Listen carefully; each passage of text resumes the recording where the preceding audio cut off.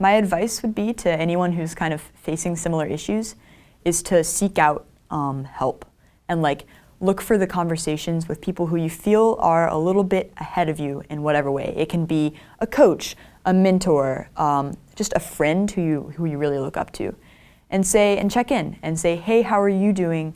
But also, hey, how am I doing? Because having those longer conversations, usually pretty informal, have been some of the most valuable things about my MIT experience.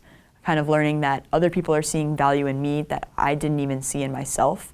They've pointed out some really interesting strengths that I had no idea about because I was focusing so much on like trying to make myself like them.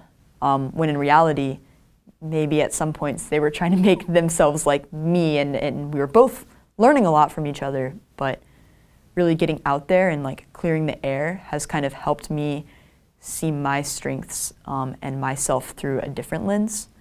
In terms of finding those conversations, I would highly recommend joining any sort of group, club, team, whatever at MIT. I cannot stress highly enough how valuable I found like casual exercise to be, and that also gives you a chance to interact with human beings who are like either older than you or a little more experienced, or like they're grad students, or they come from some other world that you think is interesting, and just getting to talk to them, hear their experiences, and have those like slightly more difficult, in-depth conversations about you and your life are really valuable.